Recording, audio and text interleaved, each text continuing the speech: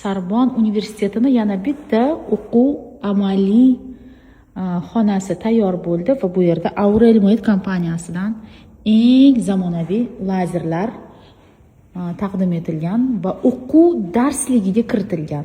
O'zbekistonda yagona, eslatib o'taman, kosmetologiya fakultetida shuncha lazerni apparatlarda hamma zamonaviy, yana eslatib o'taman, apparatlarda ishlash, o'rgatish, o'qitish faqat Sorbonne universitetida yo'lga qo'yilgan.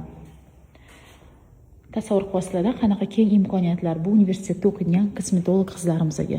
Undan tashqari har bir xonamizda mana shunaqa umniy televizor, planshet televizorlar bilan asnashonniy, bu degani esa darslar faqat quruq og'zaki gap bilan emas, balki har xil videoroliklar, kerakli informatsiya, prezentatsiyalar tariqasida o'tkaziladi. Biz tayyormiz yangi o'quv semestriga.